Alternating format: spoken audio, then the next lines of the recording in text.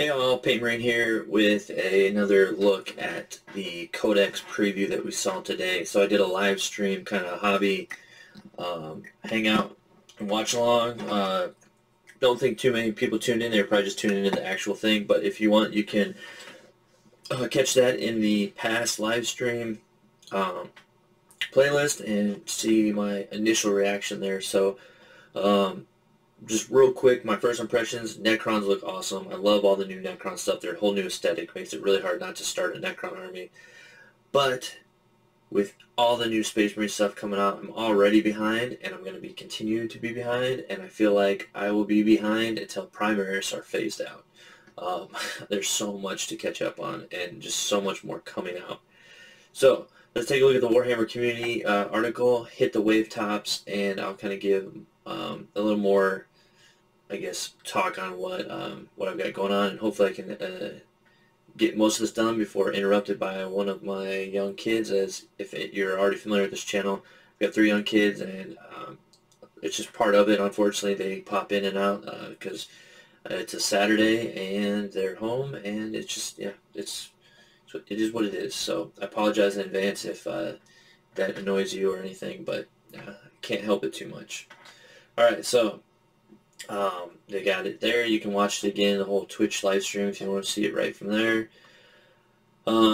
This was a kind of like, they had 2 funny kind of little cartoons. They had this for the Necrons, they had one for the Space Marines, and it was kind of a funny little way to introduce some new units that they had. They got some new lore, new artwork. Artwork always looks pretty awesome and amazing. They go through these new rules that they have for the dynasties, and down here they have like this protocol thing that I guess it makes it a little bit more flexible, where you can change throughout as you're playing. Then some new characters here, and yeah, like I said, it doesn't take too long before a small little interruption.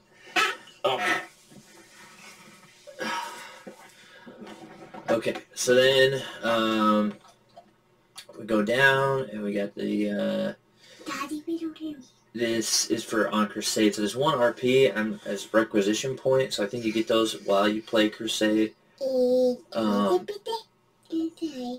So like in here they have a new rule for slow decay of self, which they have a similar thing for the Space Marines, where basically you can take one of your characters and put them in a dreadnought.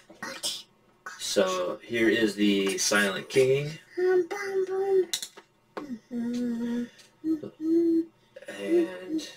then we have, these are the new I can't remember how you say it, Ophidian Destroyers. So they kind of have like this wraith. Oh, Jazzy Bell. Okay, hold on. You know, I don't know. What happened to the Squirtle? I don't know. I don't know. Where is the big Squirtle? Where's the big Squirtle? Not right now. So then we got these new Destroyers are pretty cool. Okay. Give me a second, guys. This is actually a war turtle, not Squirtle.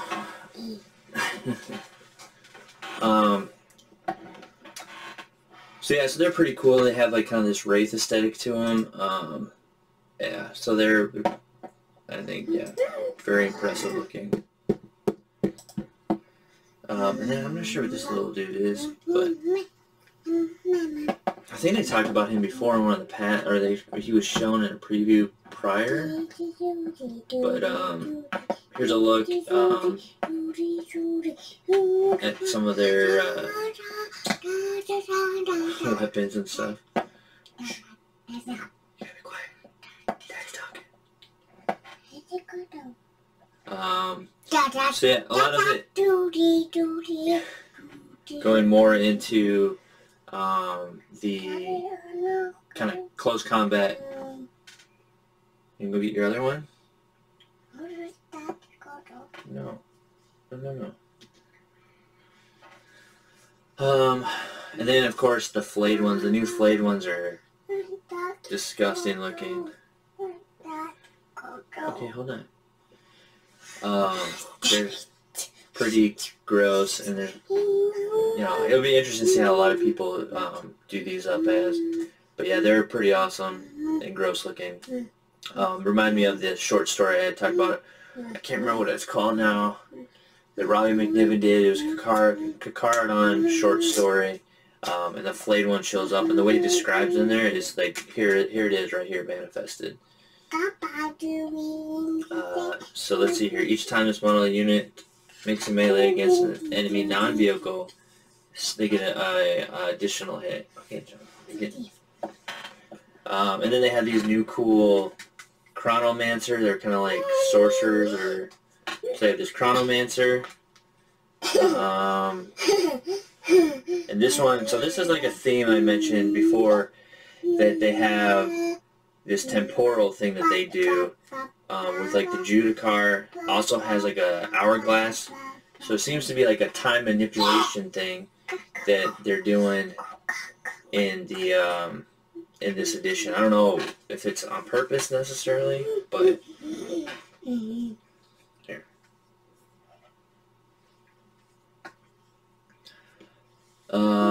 And then this guy here, the Psychomancer, and he has this Nightmare Shroud.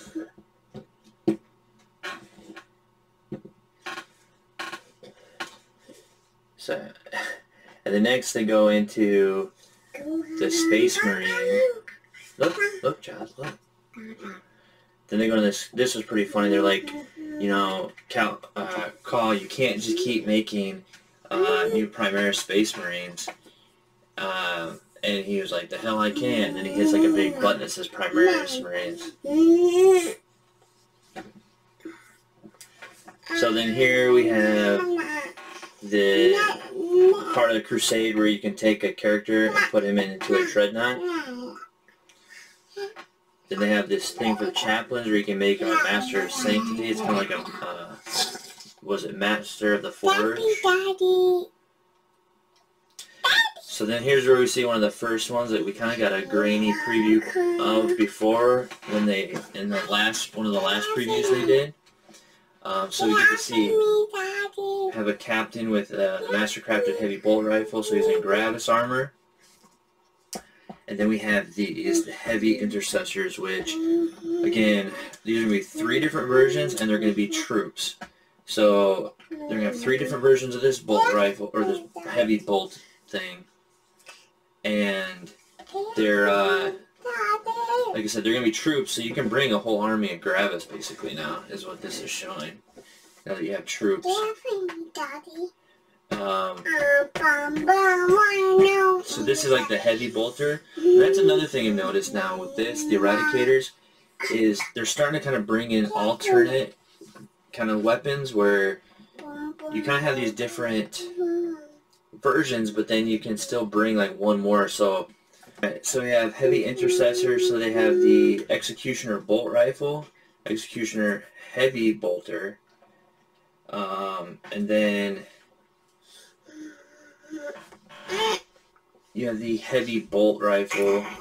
So I'm not really sure what, like, kind of like how this is going to look or how this works, because you have the Executioner bolt rifle, the heavy bolter, and then there's a heavy bolt rifle and heavy bolter. And then, so if you look here, we got a -2 and a -2, damage 2 and 3, and this is just like a regular heavy bolter, basically. Well, no, this is a heavy bolt, right? So there's only one fire. This is just your regular heavy bolter. Obviously, it says heavy bolter. And then there's a Hellstorm bolt rifle, which is an assault one, but there's no AP. And again, so it's a heavy. You get 4 shots and no AP. The strength remains the same, but I would say this is probably kind of your... Well, this is your heavies. So if you're walking, you're going to take a penalty. But then you have your kind of mid-range rapid-fire one, and then your assault version. So, I don't know, it's very interesting. And you can also have up to 6 So 6 in a squad. I mean, what this means for me is I'm going to be getting 6 boxes of this. So I can make 3 full squads of each version.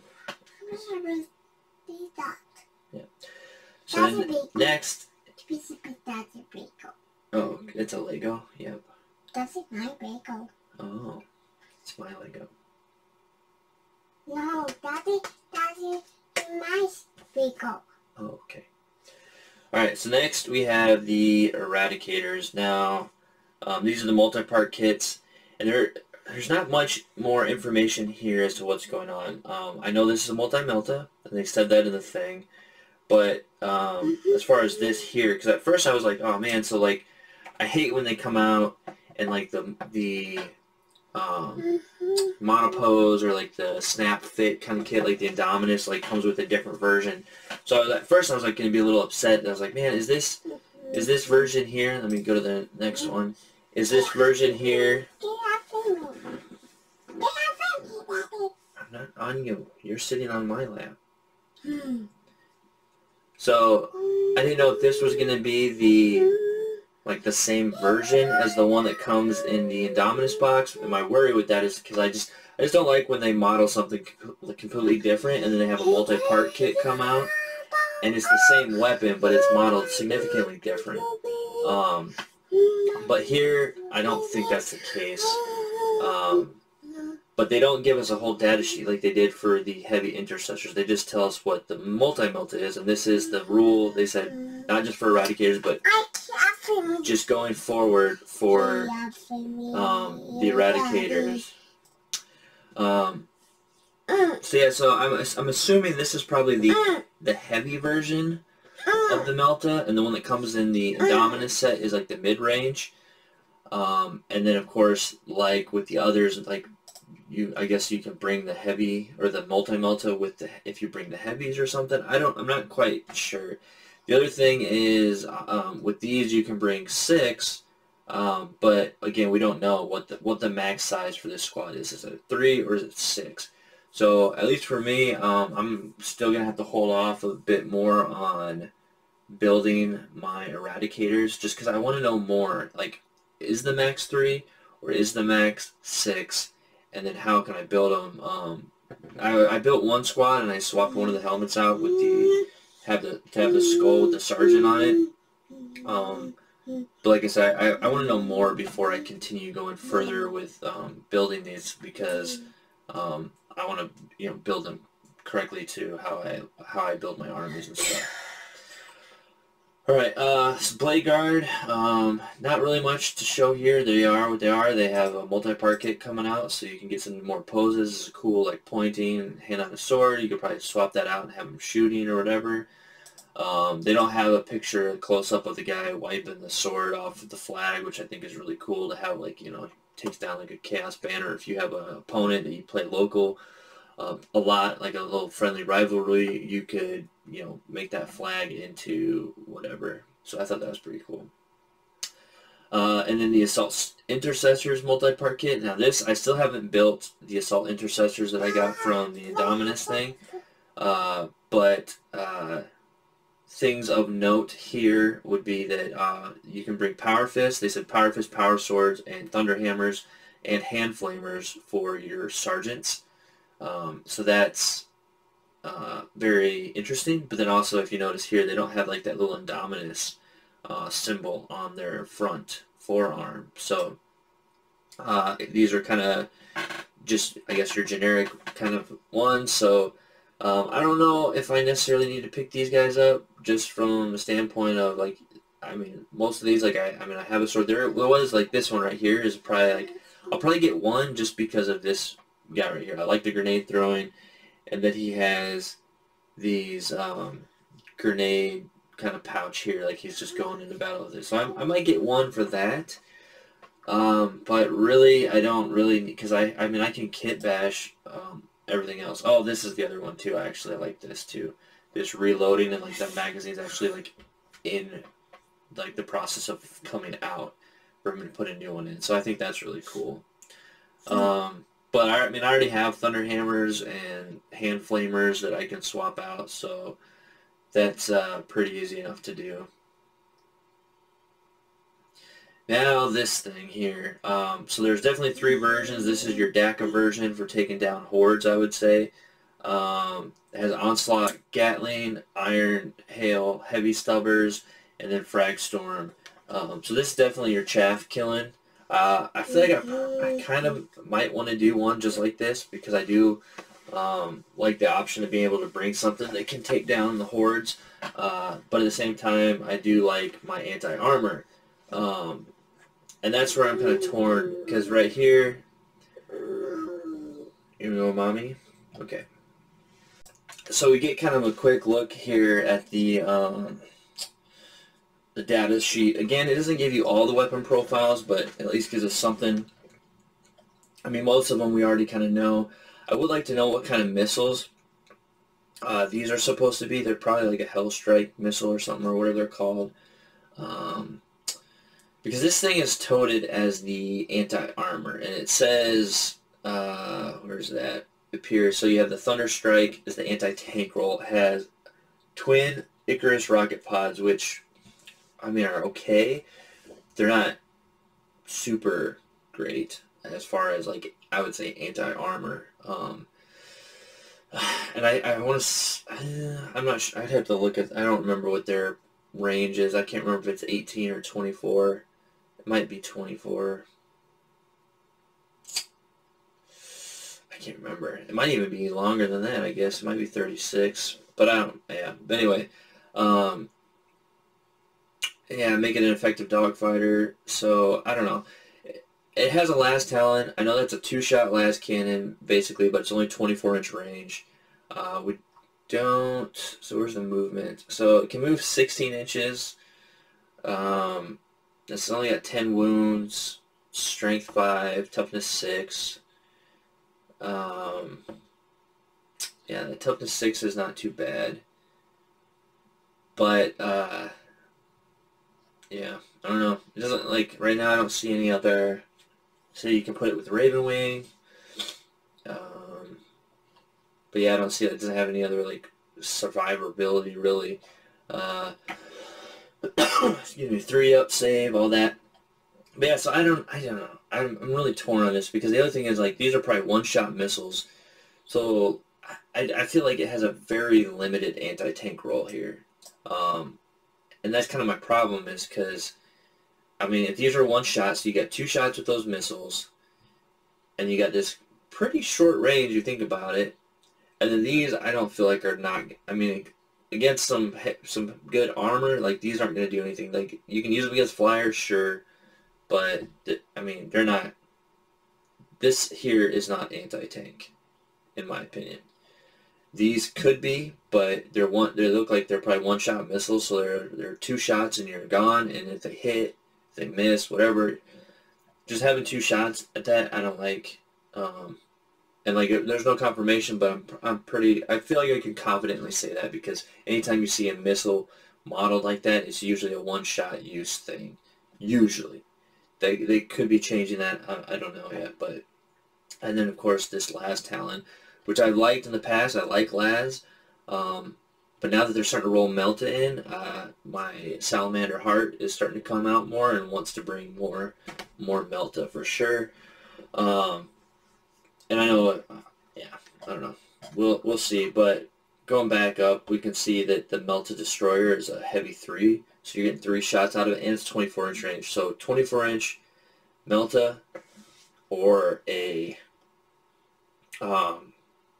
Laz Talon. Now, I want to say Laz is, you get just straight up damage with it. But I can't remember if the Laz Talon, I wish I had, I don't know if I have any.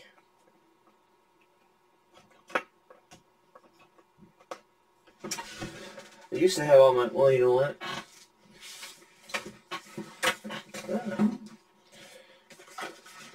I'm sitting here talking all this stuff, and I've got the old codex right here. But anyway, I actually have my Star Astraeus, so let's go. That's the last ripper, so let's take a look so I can refresh my memory here because, yeah. We got point values, melee weapons.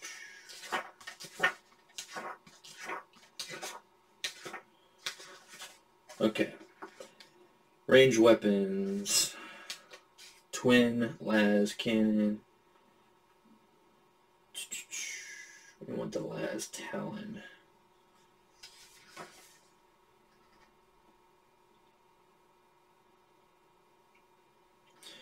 Okay, so the rocket pod, Icarus rocket pod, is a 24-inch range. So again, I feel like the anti-armor one is everything's gonna be 24-inch range except for those missiles, which let's see if I have anything in here. There's Hunter Killer missiles, but I don't think that's what they're gonna be.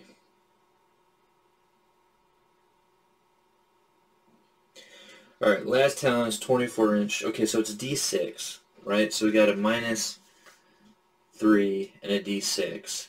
You get the strength 9, which is nice. But here you're getting a strength 8, -4. So you get 3 shots versus 2 shots at the same range. 1 less strength, but you got a -4 and D6.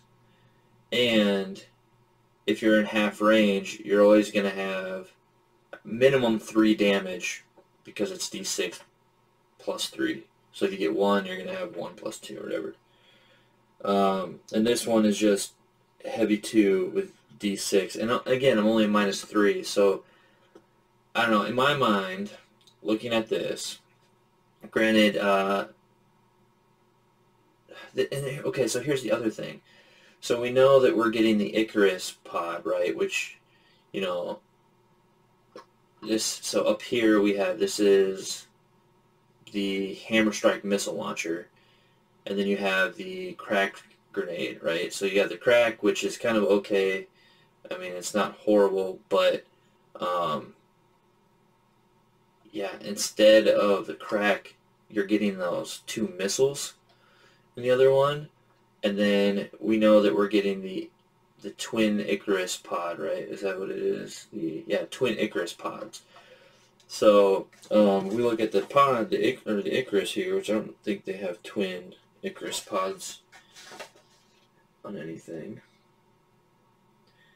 No, they have a twin Icarus Iron Hail, but no Icarus rocket pod. So just a regular one, and normally it's just you just double everything. So it's a heavy D3, 24-inch range. So this is probably going to be a heavy D6 for the Icarus rocket pods, for the twin Icarus rocket pods, heavy D6. Strength 7, -1, and 2. Now if we compare what that gets replaced with on the Hammer Strike, the Hammer Strike missile. So, I mean, okay. So you're getting 2, you're only getting 2 shots out of it. At strength 8, -3, but you get a solid 3 damage. And with the Icarus, you get 2 damage. But it's only a -1, and it's 1 less strength. So, oh, you know what? I said heavy D3, and it should be a heavy D6. Actually, it might be heavy 2D3, actually, is what it will most likely be. So the most shots you could get is 6 with the minimum of 2 shots. So you're for sure getting 2 there with 1 more strength and 1 more, or 2 more minus AP and 1 more extra damage. Yeah, I don't know. That one, I feel like that's actually not too comparable, except that you're getting extra range as well with the missile launcher. I don't know. I feel like right now, personally, I'm leaning more toward the Hammer Strike. I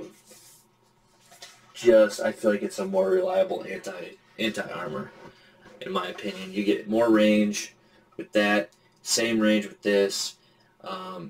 Those missiles probably have a huge range, whatever they are, but unless those missiles can do something crazy, I just feel like this one will be a bit more reliable and a little more versatile.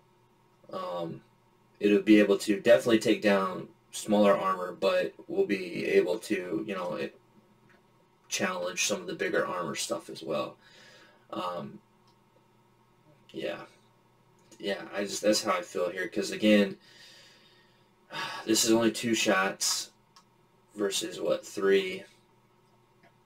And then this, you get more shots with the potential of similar damage, but I don't know, with only a -1, it's hard to say how much of that will get through. So these two are probably actually a wash. They're probably fairly equal. I mean, you do get the plus against flyers shooting this one, but yeah, I don't know. I feel like this is kind of a wash up top. So then it comes down to your auxiliary stuff. So it's either these probably one-shot missiles versus crack grenade launchers, which are only 18-inch range. So I feel like these missiles are definitely going to outrange it, outdamage it, and all that kind of stuff. But the thing is, yeah, I don't know. You're not going to always be in range with the crack grenade launchers. And it's only assault 1, and you have 1 on each side, so you're only going to be able to shoot twice. Yeah, but unless those missiles do something just so crazy, I don't know. I don't know if I'll take that one. I feel like I'm going to definitely take this, probably 2 of those, and maybe make 1 of these just for Horde Army stuff, maybe. Because you have the frag, I mean, that's D6 shots, so you have 2 D6 shots, then you have the heavy, so you're getting 12 shots out of that, then you have the twin up there, which I think they upped those. They were 3 shots, I think they're 4 shots now, so that's 8 shots coming out the top. So yeah, we'll see.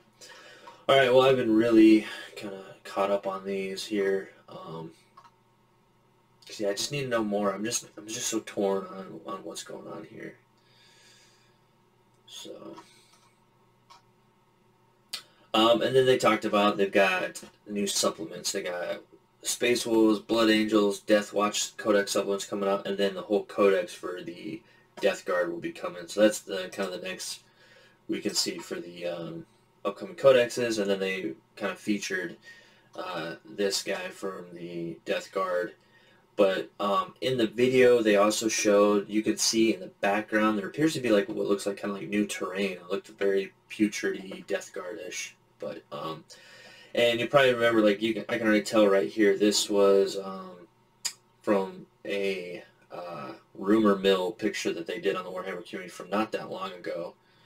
And then also, it was at the end of a preview, too, they showed a bunch of new characters and stuff coming out for all these different factions, and this was one of the previews there. So, but yeah, so the supplements they got coming out, really cool Codex artwork, of course. I really like this here with the shield, I kind of raised and something exploding on it, and then the Death Guard. And then the final thing was the new Forge World kind of index. They're calling it the Imperial Armor, like all together kind of thing. Like, so it's gonna have like everything in it. For this one, it says Imperial. Okay, never mind. I thought at one point they said something about, but it sounds like it's just gonna be every faction in this one book. So you can get all Forge World models will have their rules in this book. So it's gonna be a fairly big book. So yeah, and then they just wanted to do a shout out to Nova that would have happened this past week. It would have been last weekend, usually during the Labor Day weekend here in the States. And I guess they're doing an event today, kind of doing a live stream celebration of what kind of could have been or would have been or should have been, but couldn't have been. So, and I kind of talked on this too, like with my work schedule and stuff, like I was not going to be able to attend this year, but then things kind of changed because of everything going on, which actually found myself like free during the time that Nova would happen. However, if we weren't in this whole pandemic situation, I still would have been able to go because my schedule wouldn't have changed then. So it's kind of one of those weird things of like, it sucks having the time off, but then like realizing like I wouldn't have been able to go anyway because if everything was back to normal, I wouldn't have been able to attend. So, but the other thing too is I definitely know without a doubt I will unfortunately be missing next year as well, and that's just again because of work schedule stuff. So, yeah, and I don't think I'll even. I mean, if I could try. I mean, it would be quite of a far travel. I have family out in the Midwest to try to make it to Adepticon, which I haven't been to. I mean, I got my little coaster right here. 2016 was my first Adepticon. It was actually like my first wargaming convention really ever. I'd always wanted to go, but finally got to go to Adepticon, and then moved out to the East Coast. And then went to Nova the last couple years. And pretty much every year that I've been back out on the East Coast, gotten to go. I would love to go to like the Las Vegas Open and the Bay Area Open. Although with things going on the West Coast right now, I'm not really sure what's going to happen with the Bay Area Open. I feel like they're either going to move or they might not happen anymore. There's just so much going on out in California right now. From this whole pandemic and political things, and it's just crazy out on the West Coast. I don't know if any of that will affect the Las Vegas Open. They're usually toward the middle of the year, I believe, because it goes Adepticon is first, then Las Vegas. I'm not too sure when the Bay Area happens, and then Nova is always in the September Labor Day timeframe. So yeah, we'll see what the future brings for all of this. So unfortunately, though, like I said, next year looks kind of like a wash for me. Hopefully, I will still be able to build and paint and get my models sorted and set. I definitely have to go through my collection again and start selling things off. I've gotten way behind, and I've got way too many to-do projects and things. And with everything else they're showing for Space Marines, I'm going to have to really focus and buckle down again. And again, I've mentioned this before in the past, it seems to be kind of a detriment to my page and my channel as I focus on my personal army and share my project progress there. Some people like it and stuff, but a lot of people get, just Space Marine fatigue, and I understand that. So often I'll lose likes and followers and things there, which is too bad, but I don't have enough time or money to do all these different projects. I wish in many ways I had the time, money, and this was my full-time job to be able to do all these different projects and to share all these things with people.